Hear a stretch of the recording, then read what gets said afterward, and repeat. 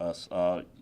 On yesterday evening, or actually it was just after midnight, at 970 Confederate Avenue, we had a 12-year-old boy that was shot at that location. He's currently in critical but stable condition, and we have since identified an adult that actually was the person that pulled the trigger. He's cooperating with the investigation, and he turned himself in this morning to the police department. So is he going to be charged as Mr. Jarvis Brooks, according to what his family's telling me? More than likely, he will be charged. To what extent, we don't know. We have to interview witnesses, and that will give us a clearer indication if there was any intent or a malice to shoot the young man. Everybody sort of described this as an accident. What seemed to have happened as best you understand? Right now, it does appear to be an accident. There was a social gathering inside the residence, and the person pulled out the gun to show it to someone else, and at some point, he pulled the trigger, and the young man was in front of the barrel of the weapon, and he was subsequently shot. What was the relationship between him and this little boy? The young man is a friend of the father, as far as we know. It was, like I said, they were socializing, and the gun was out, and they were just looking at it, and he inadvertently, possibly, shot the weapon, and it did hit the young man. Was he shot in the abdomen or the chest? The abdominal area. Also, is he now at Eggleston? He's been moved from Grady? I haven't been given that information. Last I heard, he was at Grady, so I haven't been updated on his location. I've been updated on his condition, which we have been told is critical but stable. So he's expected to survive? We hope so. We really do. We really hope that he is going to survive these injuries. The name of Jarvis Brooks is out there. Can you confirm that's the name of the person? I cannot. In this situation, this gentleman, he left, you wanted to talk with him, he's now turned himself in and you're talking with him.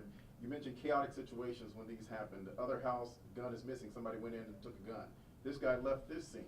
Any words of, obviously chaotic scenes, but this guy's probably in a little bit more serious situation because he left instead of staying on scene, correct? Yes. Well, when you're dealing with a situation like that, you're dealing with a lot of psychological issues, fear, panic.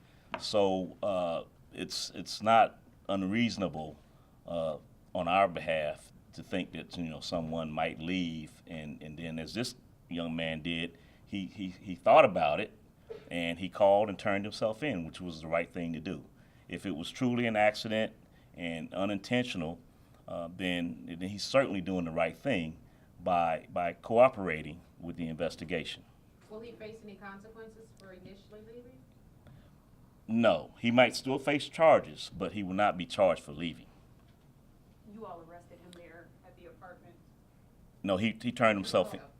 Okay. He turned himself in. He called us, and he made arrangements to get with a police officer, and he turned himself in to that police officer, and that police officer brought him here to police headquarters. Then we interviewed him, and he cooperated, told us where we could get the gun and all of that. So he's been cooperative. So when will you know about charges? Will that be today? No, well, we have to, like I said, we do have to investigate further. We will probably be getting another forensic interview from any children that would have been in the home as well, to see what they saw, any statements from them. So we'll have to collaborate with the Georgia Center, and then we'll go from there. So he'll remain in your custody, be it 24, 48 hours until you decide? Well, no, he's going to be charged with a minor offense at this point, which will probably be reckless conduct. But if we see that it goes beyond that, then those charges will be upgraded. Did he legally possess the gun? Was he Legally? old enough to have a gun, or did he have? Yes, he was an adult. Okay. Yes. Yeah. Now, in terms of his record, if he's a felon or anything like that, I'm not at liberty to say it at this But time. did he have a license to carry? Well, you don't have to have a license to carry it. Yeah, if you're in any, if I come to your house, I don't have to have a license to carry a weapon into your house. You mentioned that he gave information on where it was found. Can you walk us through? So, weapon wasn't recovered at the scene in this. No, it wasn't recovered. He took it with him. When he turned himself in, he didn't have it on him, and he left the headquarters with investigators to take them to where the weapon could be retrieved. Okay, guys, last question, if anybody has one. How many kids were around at that time, at that gathering?